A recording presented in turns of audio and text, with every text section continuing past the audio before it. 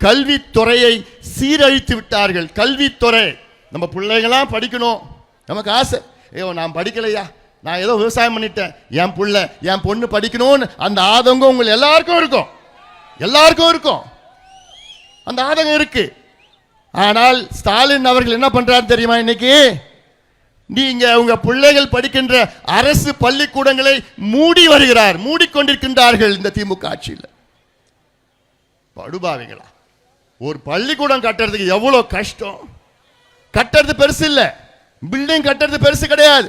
அதுல ஆசிரியர்களை, ஸ்டாஃப், கூடுதல் அங்க இருக்கின்றவர்கள் எல்லாம் நியமனம் பண்ணி அந்த நம்பிக்கையை பெற்றோர்களுக்கு வைத்தால்தான் அவர் பிள்ளைகளை அந்த பள்ளிக்கூடத்துக்கு அனுப்புவார்கள். அந்த நம்பிக்கை வருவதற்கு எத்தனை ஆண்டுகள் ஆகும்? கர்ம வீரர் காமராசர் அவர்கள் எத்தனையோ பள்ளிக்கூடங்களை, 25,000 பள்ளிக்கூடங்களை கட்டினார். அது வரலாறுயா, வரலாறு. ஆனா இந்த கொடுங்கோல் கேடுகட்ட திமுக ஆட்சி பள்ளிக்கூடங்களை மூடிக்கொண்டிருக்கிறது. அரசு பள்ளிக்கூடங்களை கேடுகட்ட ஆட்சியா, கேடுகட்ட ஆட்சி. 207 பள்ளிக்கூடங்கள், அரசு பள்ளிக்கூடங்களை கடந்த மாதம் மூடி இருக்கிறாங்க.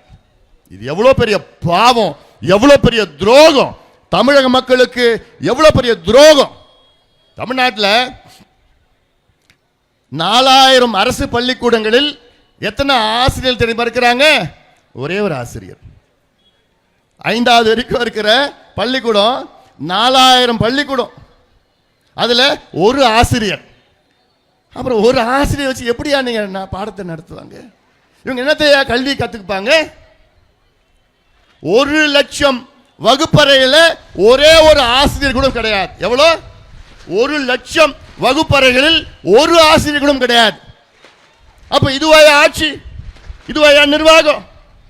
இதுவாயா கல்வித்துறை? என்னையா கல்வி நடத்துறீங்க நீங்க?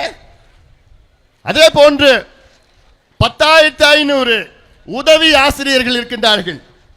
10,500, மொத்தம் 10,500 உதவி ஆசிரியர் பணியிடங்கள் இருக்கிறது. அதில் 9,000 இடங்கள் காலியாக இருக்கிறது. 10,500 உதவி ஆசிரியர்கள் பணியிடங்களில் 9,000 இடங்கள் காலி இடங்கள். எவ்வளவு கேடுகட்ட ஆட்சியா, கேடுகட்ட ஆட்சி தமிழ்நாட்டில் திமுக ஆட்சி நடைபெற்றுக் கொண்டிருக்கிறது. இதற்கு நீங்கள் முற்றுப்புள்ளி வைக்க வேண்டும், முற்றுப்புள்ளி வைக்கணும். வைப்பீங்களா? வைப்பீங்களா?